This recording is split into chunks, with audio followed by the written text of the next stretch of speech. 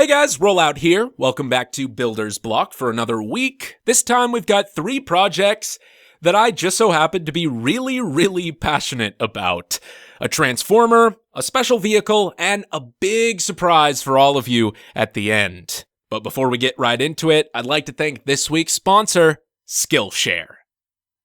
Skillshare is an online learning community offering thousands of inspiring classes for creators looking to explore new skills, deepen existing passions, and get lost in creativity. It's curated specifically for learning, meaning there are absolutely no ads, and they're always launching new premium classes so you can keep focused and follow wherever your creativity takes you.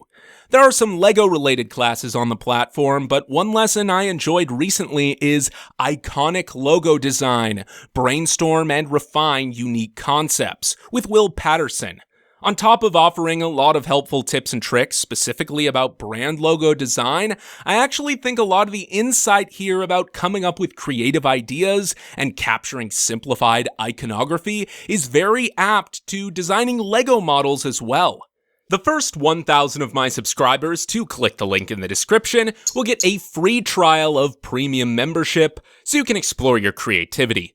You've got a lot to learn and nothing to lose, so give it a try and go thank Skillshare for sponsoring this week's episode. Now, on with the show.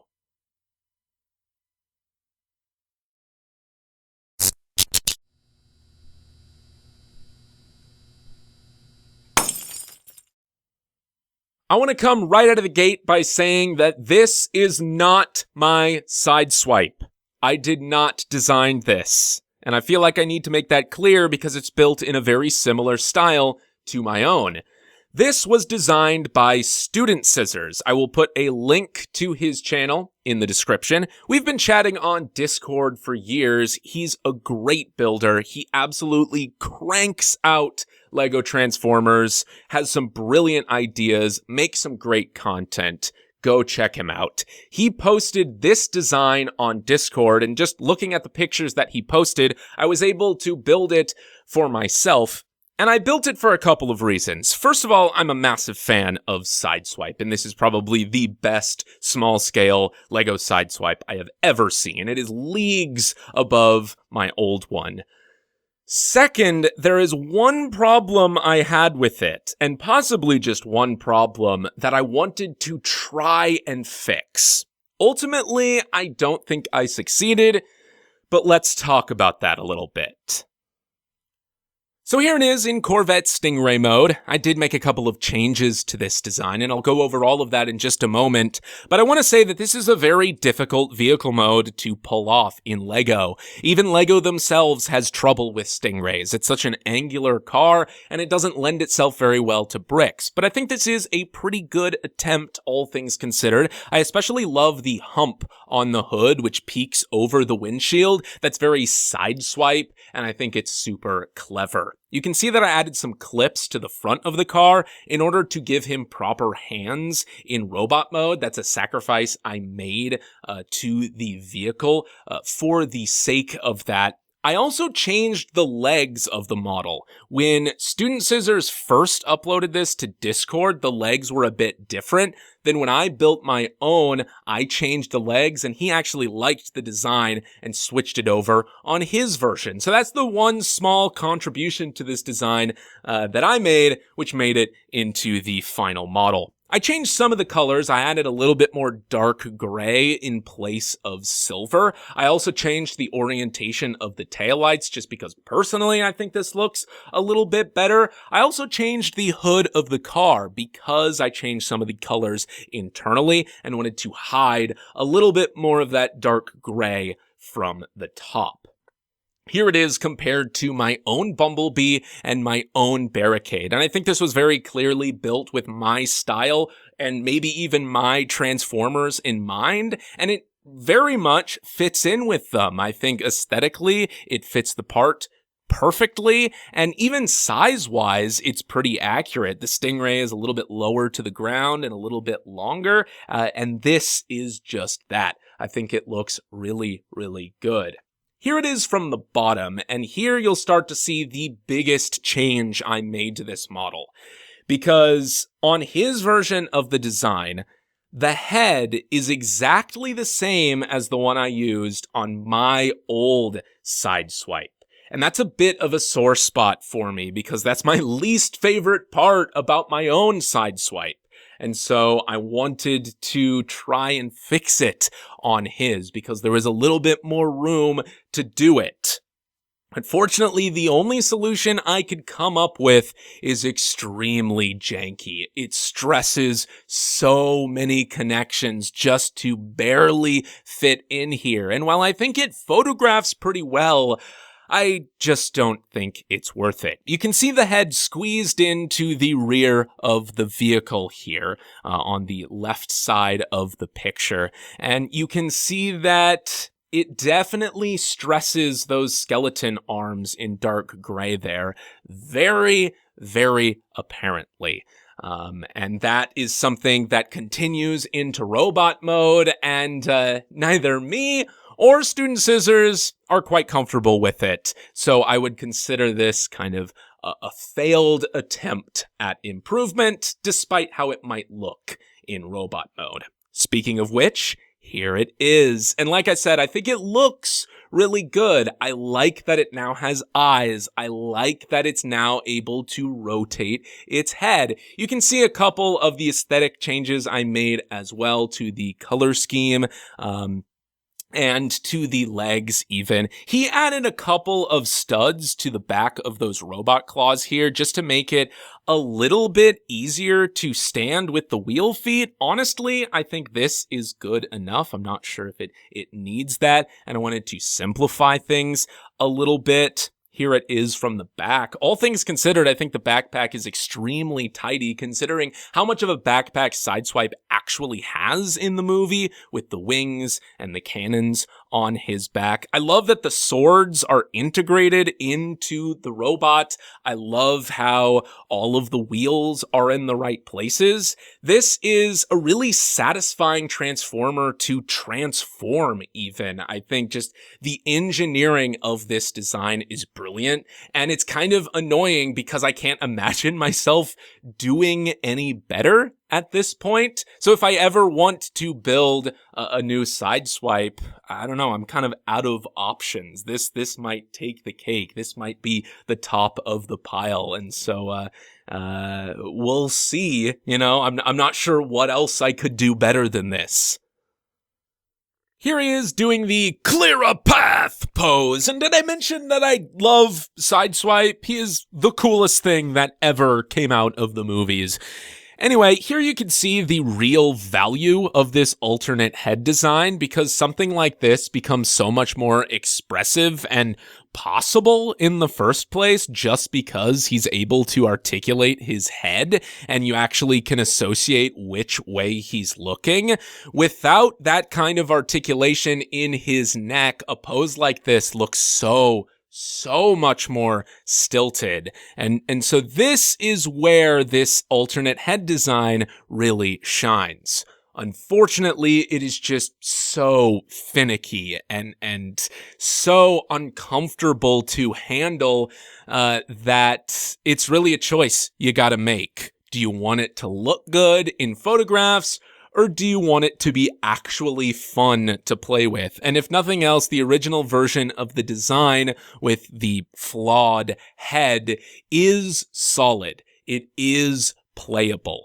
And if there's anything that I could improve with a Sideswipe design in the future, it's coming up with a transformation that actually allows Sideswipe to have a properly functional and articulate head. Because there's something about the nature of Sideswipe's design that just makes it very, very difficult to do at this scale.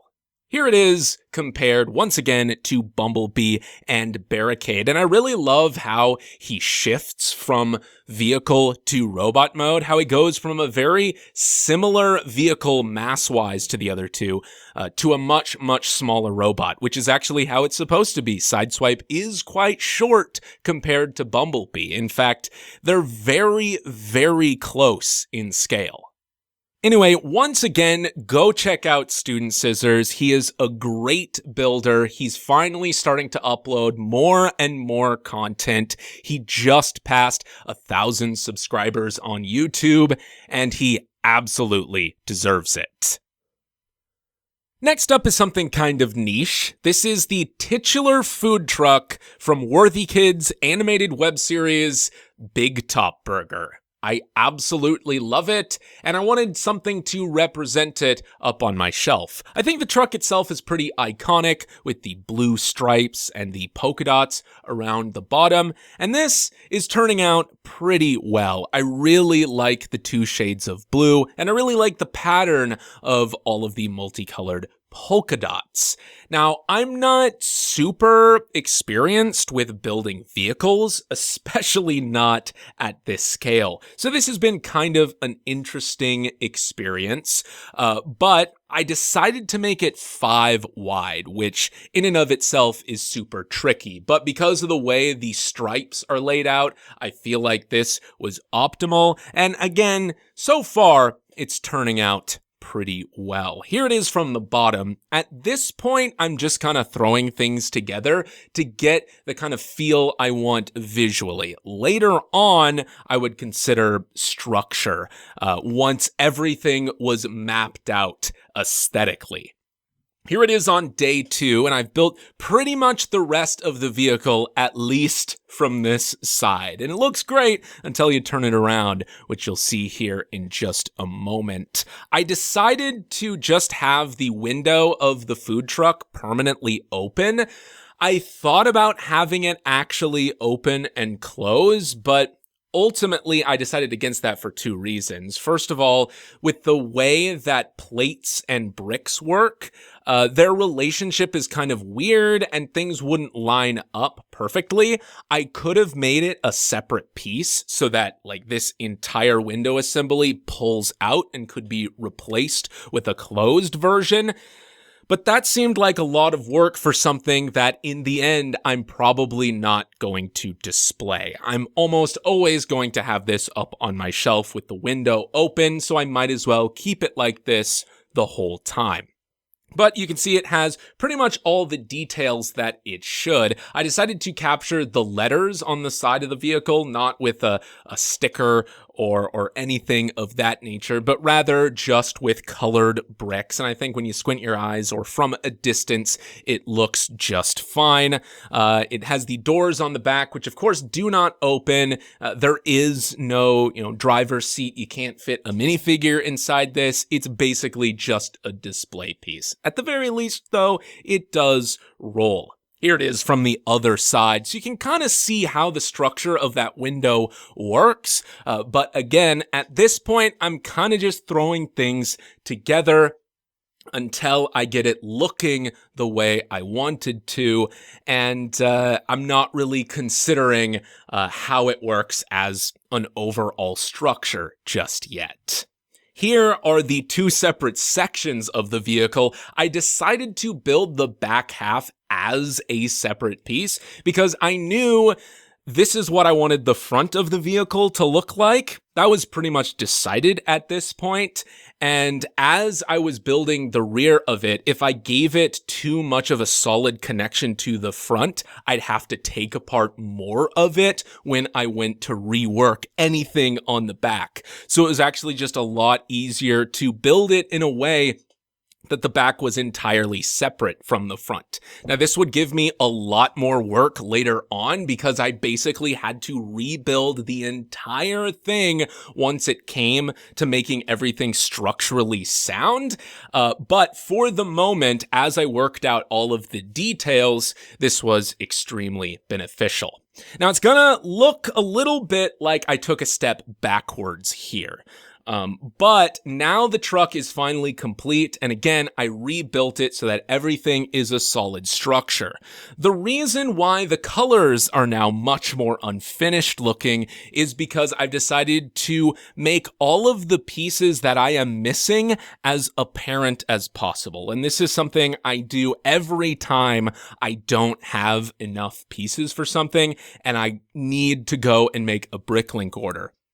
I try and make everything in a color that is super jarring to look at from an overall perspective, so that when I go to my computer and I actually have to make a list of things to order, I can see them immediately, and they are super, super apparent. Anything I did not have in red, it's just gray on the model here, but again, at least it's super noticeable to me, so that when it comes to ordering those pieces, I have a much easier time.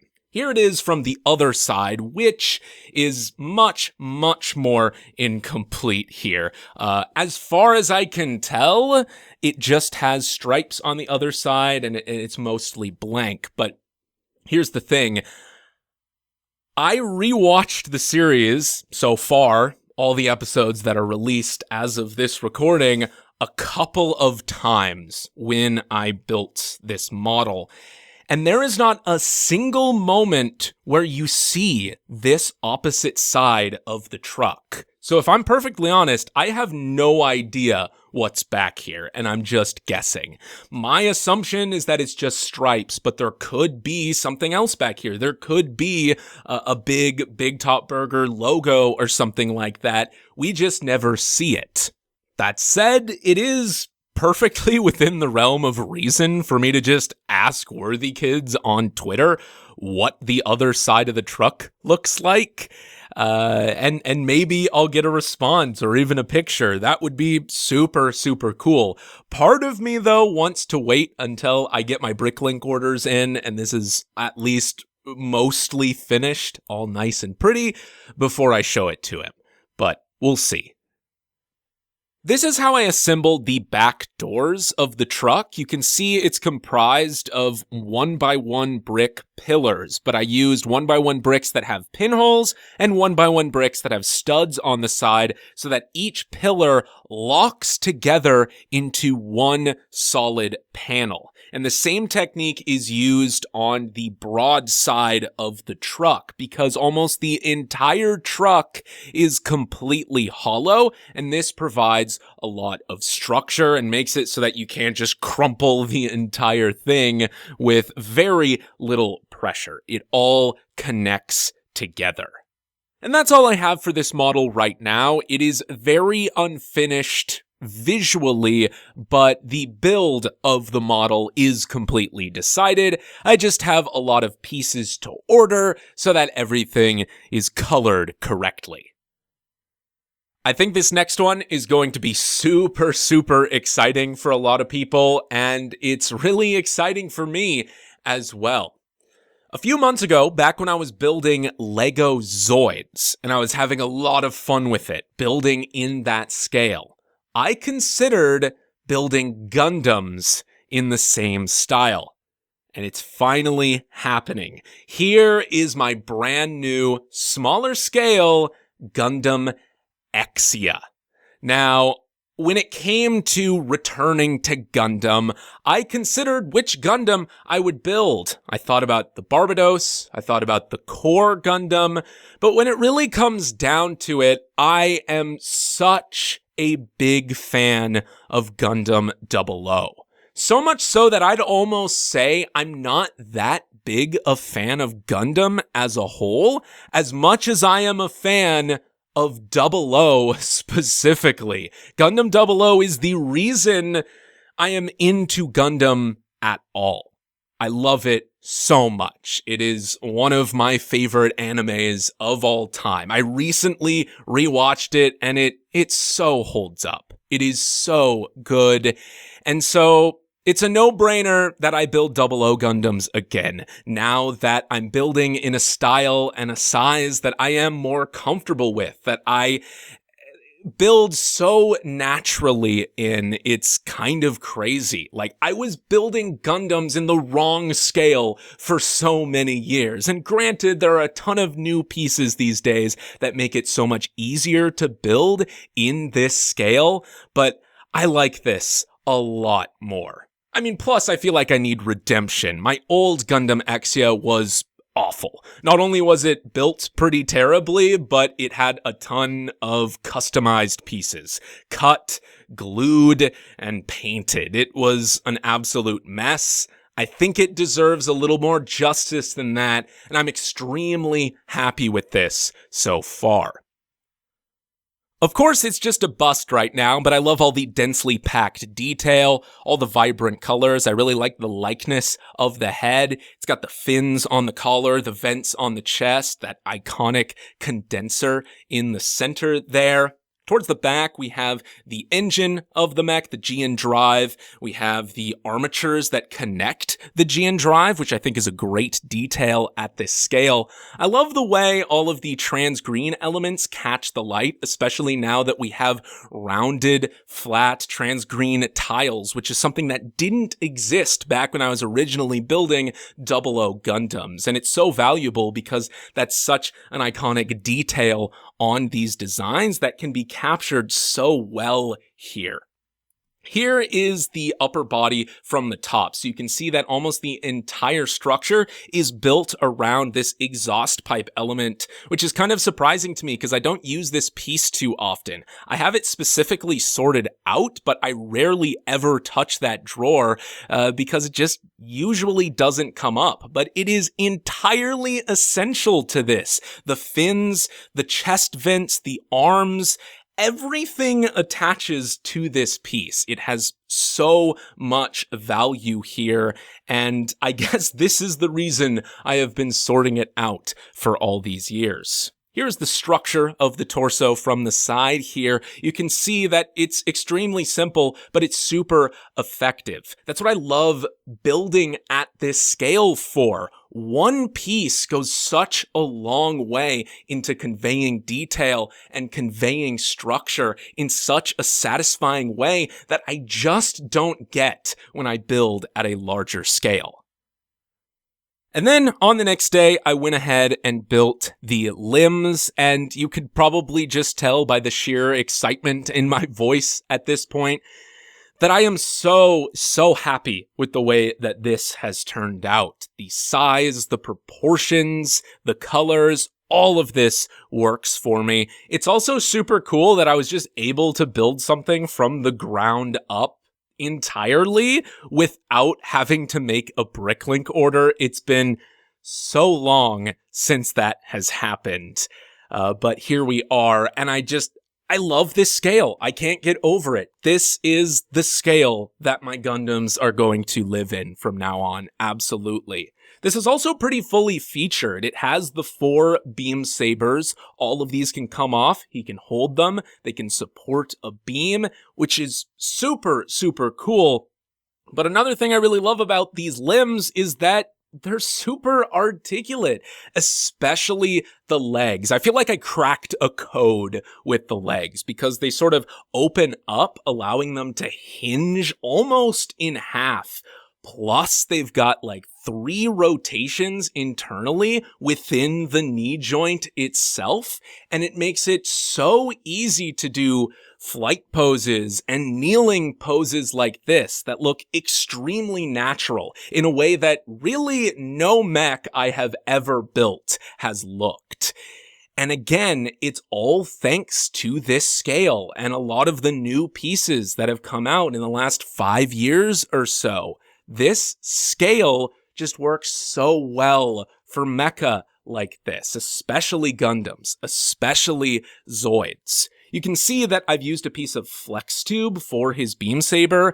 I believe I also used flex tube for my 00 and Age Gundams, and I think it works just as well here. Beam sabers are supposed to be kind of a pink color, but I think the luminescence, almost translucence of flex tube gives it a very nice beam look, even though it's not quite the right color. Plus, it has kind of a swaying curve to it, which works really well for a beam saber as well. Now, they do make the longer bars in dark pink, which would be amazing for a beam saber at this scale. The thing is, Axia has both long beam sabers and short beam daggers, and they do not yet make short bars in that same dark pink color.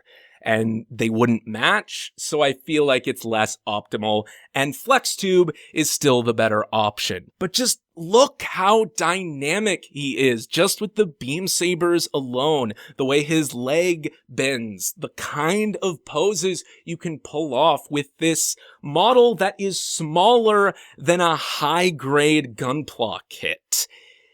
I love this, and it'll only get better once I build his weapons, which, unfortunately, I'm gonna have to leave you on a cliffhanger for, because that's it for this episode, and next time we will finally build his weapons, and Axia will finally be complete. Until then, enjoy this, because I certainly will.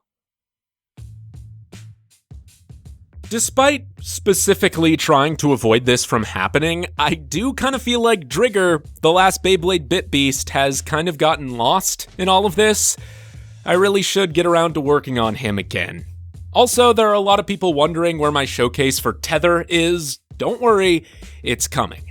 Thanks again to Skillshare for sponsoring this week's episode. Also, special thanks to all of my lovely patrons, especially the Leader Class supporters, Valraven, Beyond the Brick, and Beta. Until next time, this has been Rollout, signing off.